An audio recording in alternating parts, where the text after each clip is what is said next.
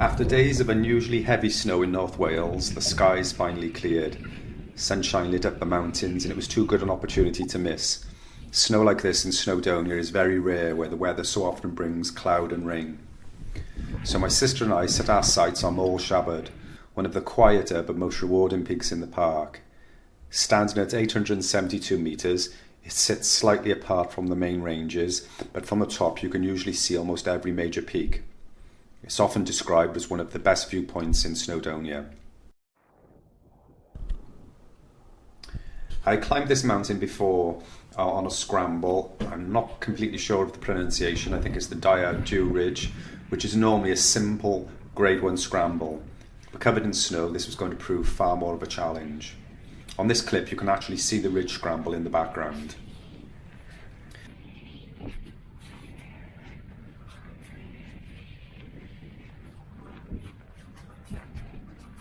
At the start, the lower paths were relatively steady, blanketed in snow but still easy enough to follow.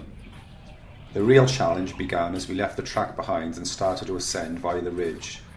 Scrambling higher, the snow smoothed over everything, disguising the ground. What looked solid could hide a gap between boulders big enough to swallow a leg. Each step had to be tested before committing our weight. At this point, due to the terrain, unfortunately I put the GoPro away as I only had a selfie stick, not a head camera, and needed to find my balance. So I only have this shot of hikers in front of us as we start to climb. A walking stick to test the ground would have been perfect, except we didn't have one. We did have ice axes, but they were a bit too short to test the snow depth. Progress slowed right down and became slightly frustrating. As we climbed higher up the mountain, clouds started to gradually move in. Scrambling without dropping into holes proved difficult, and Rachel was also getting tired, so we reached a decision point: push for the summit or head back. So we eventually decided to turn back.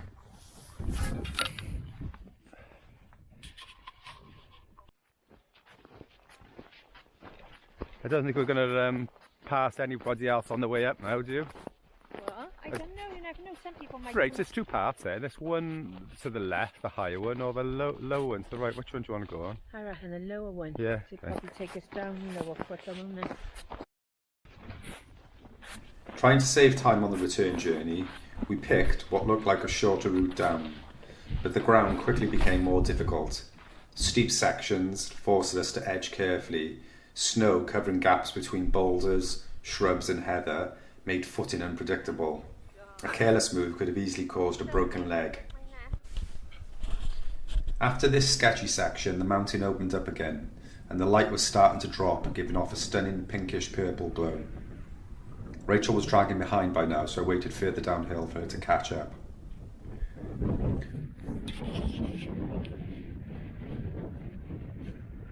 Once we reached the lower plateau, we were on the last leg. This appeared to be fairly straightforward until we started sinking into pools of water masked by snow.